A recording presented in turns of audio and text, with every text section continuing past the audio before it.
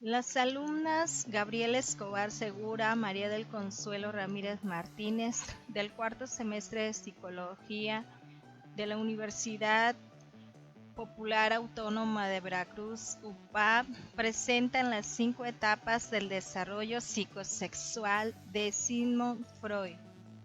La corriente del psicoanálisis inicia por Sigmund Freud hace más de 100 años en una de las principales influencias de la cultura occidental contemporánea.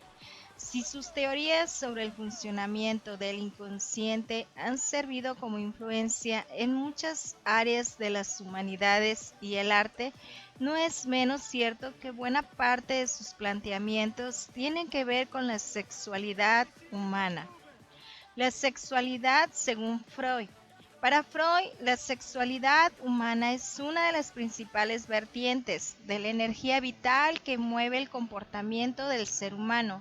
Esta energía, a la que le puso el nombre de líbido, es la fuente de los impulsos que para el padre del psicoanálisis hacen que tendamos a ciertos objetivos a corto plazo y a la vez obligan otras instancias de nuestra psique a reprimir estas tendencias para no ponernos en peligro o no entrar en conflicto con el entorno en el que vivimos. La energía vital que se expresa a través de la sexualidad, según Freud, está presente ya desde las primeras semanas de nuestra vida, lo cual significa que nuestra vertiente sexual no nace en la adolescencia, tal y como muchos investigadores de su época sostenían. Pero las repercusiones de todo esto no tienen que ver simplemente con localizar el inicio de nuestro desarrollo sexual en uno u otro punto de nuestro calendario vital. Tiene implicaciones profundas en el modo en el que Freud relacionaba nuestra personalidad con nuestra vertiente íntima, afectiva y basada en impulsos. El desarrollo del inconsciente. Una de las ideas esenciales detrás de la teoría del desarrollo psicosexual de Freud es que el modo en el que gestiona la satisfacción del líbido durante la infancia deja unas huellas en nuestro inconsciente que se harán notar durante la vida adulta. Así, los factores externos a un niño hacen que no pueda satisfacer estas tendencias tal y como se desearía.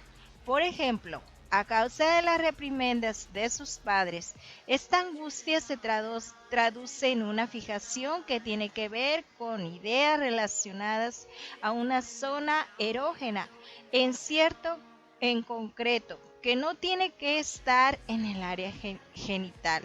Para Freud, por tanto, en el desarrollo psicosexual interviene tanto la biología como la crianza. Las fases pulsionales del desarrollo psicosexual. Desde la teoría psicosexual del desarrollo de la personalidad, se entiende que la historia pasada de cada persona determina el modo en el que es modelada la relación de poder entre las estructuras inconscientes del individuo, por un lado, y las estructuras que luchan por no expresar estos elementos que pertenecen fuera de la conciencia, por el otro. Así, la manera de comportarse de una persona dependerá del modo en el que haya afrontado las diferentes etapas del desarrollo psicosexual y los retos característicos de cada fase. Etapa oral. La etapa oral ocupa aproximadamente los primeros 18 meses de vida y en ella aparecen los primeros intentos por satisfacer las demandas promovidas por la libido. En ella, la boca es la principal zona en la que se busca el placer. También es la boca una de las principales zonas del cuerpo a la hora de explorar el entorno y sus elementos. Y esto explicaría la propensión de los más pequeños a intentar morderlo todo. Etapa anal. Esta etapa se produciría desde el fin de la etapa oral y hasta los 3 años de edad. Se trata de la fase en la que se empiezan a controlar el esfínter en la defecación. Para Freud, esta actividad está vinculada al placer y la sexualidad. Las fijaciones relacionadas con esta fase del desarrollo psicosexual tienen que ver con la acumulación y con el gasto, vinculadas con el espíritu ahorrador y la disciplina en el primer caso, y en la desorganización y el derroche de recursos en el segundo. Sin embargo, según el padre del psicoanálisis, estas dinámicas de gasto y ahorro no se expresarían solamente o principalmente a través de la gestión del dinero. Etapa fálica. Esta fase pulsional duraría entre los 3 y los 6 años y su zona erógena asociada es la de los genitales.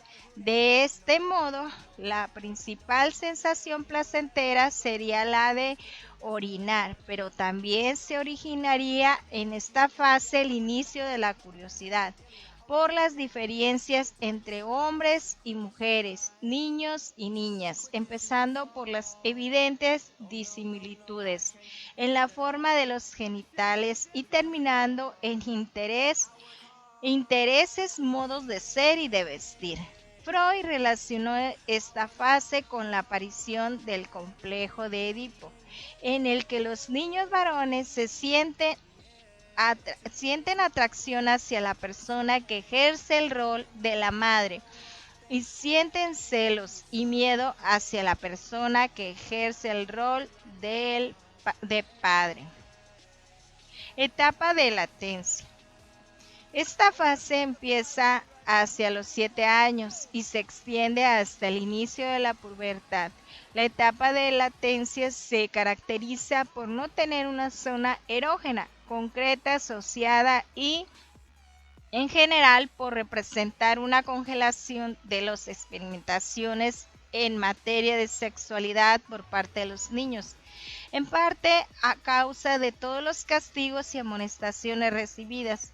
Es por eso que Freud cambia esta fase como una en la que la sexualidad queda más camuflada que en las anteriores. La etapa de la latencia ha estado asociada a la aparición del pudor y la vergüenza relacionada con la sexualidad. Etapa genital.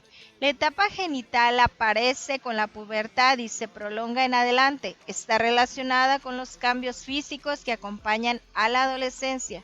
Además, en esta fase del desarrollo psicosexual, el deseo relacionado con lo sexual se vuelve tan intenso que no se puede reprimir con la misma eficacia que en etapas anteriores. La zona erógena relacionada con este momento vital vuelve a ser la de los genitales, pero a diferencia de lo que ocurre en la fase fálica, aquí ya se han desarrollado las competencias necesarias para expresar la sexualidad a través de vínculos de unión, de carácter más abstracto y simbólico que tienen que ver con el consenso y el apego con otras personas. Hasta aquí hemos describido las 5 etapas de Sigmund Freud. Gracias.